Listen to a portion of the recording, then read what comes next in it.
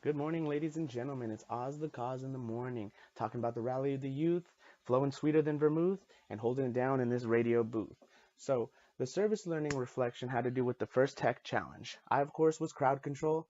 The reason being this picture is like that. I'm holding the ID in my mouth so that they can see in the picture that it's me volunteering. First tech challenge is, of course, backwards only because it's the front facing camera, so it flips it.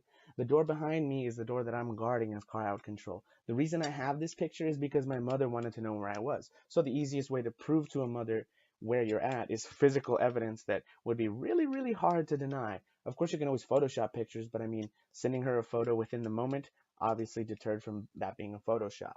So moving back to this point, I don't have the audio clip of the coach that I basically ended up interviewing inadvertently. What we did was we started talking, and then I asked about the children, the children that actually want to do this, that actually spend their weekends, that spend their Friday, Saturday, Sundays, well, sometimes Sundays, depending on your competitions. That's the same way debate was, which made me reflect upon it. Because I used to, and people would tell me I would waste my Saturdays, and that word was not conducive to what I was doing and not conducive to what these children are doing. They're not wasting their weekend, they're competing, they're understanding, they're comprehending things that nobody else could have if they chose not to do this, which a lot of children know that they choose not to do this because it's a lot of work. And just on the account that it's a lot of work means that you miss out on a lot of potential. That's how debate is. You had to read service reports, you had to read cases, you had to read Supreme Court cases, you had to read documentation on documentation.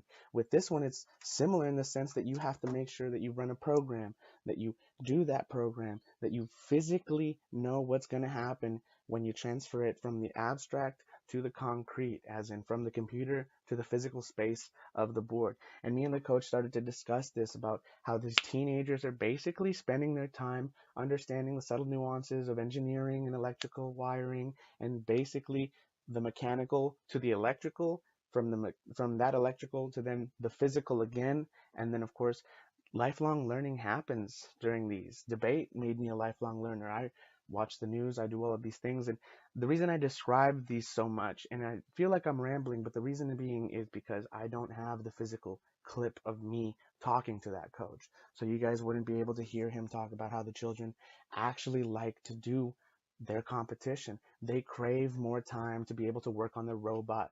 This is something that I really valued. So I don't have the audio, so that's going to be my synopsis for it. I don't know if you guys called that rambling, but that was as concise as I tried to go through the points. I wrote it down and everything under the sun.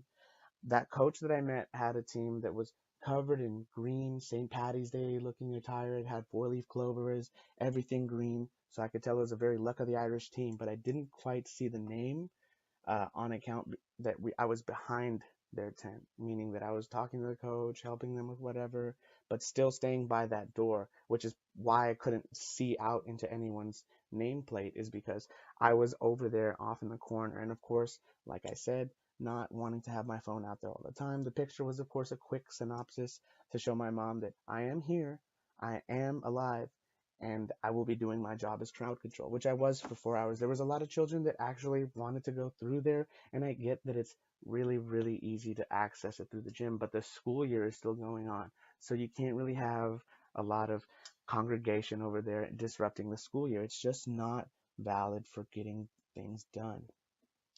So as far as getting very involved in the planning, that's what the coaches do for the engineering. They have casual interactions as well, but at the same rate, there's a multitude of schools and organizations that show up to this thing. So it's on par with the idea that you are, in fact, with these people for a long time. You build relationships with people and you understand that they do interact in a more professional way, but at the same rate, more professional means that you have the knowledge to understand that just because you're in a competition doesn't mean you don't like each other. So there's a lot of friendships forged. Similar in debate. This idea of activities brings people together.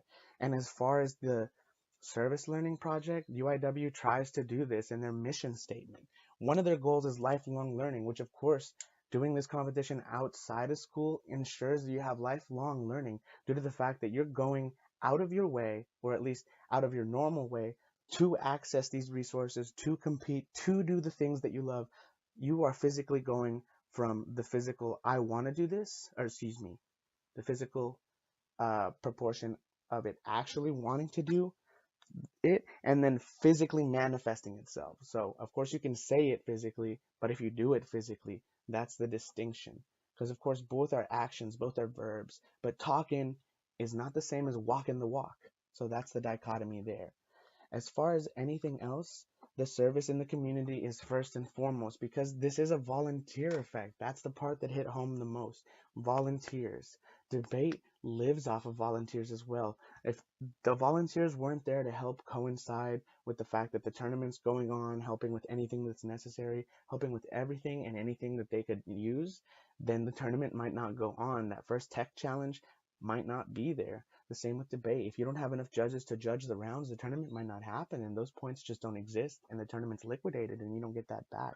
So I can only imagine the children who have put in so much effort, have put in so much work, and physically know that they have the ferocity to do this. After that, it really made me come home and think, I used to spend my whole Friday, Saturday, Sunday sometimes just doing debate, but it was thrilling, and I'm sure these children are thrilled whenever their robot competes. Even if they're distraught when you lose, it's still the thrill, that ferocious euphoric feeling when you're competing against someone on a higher level as far as the normal status.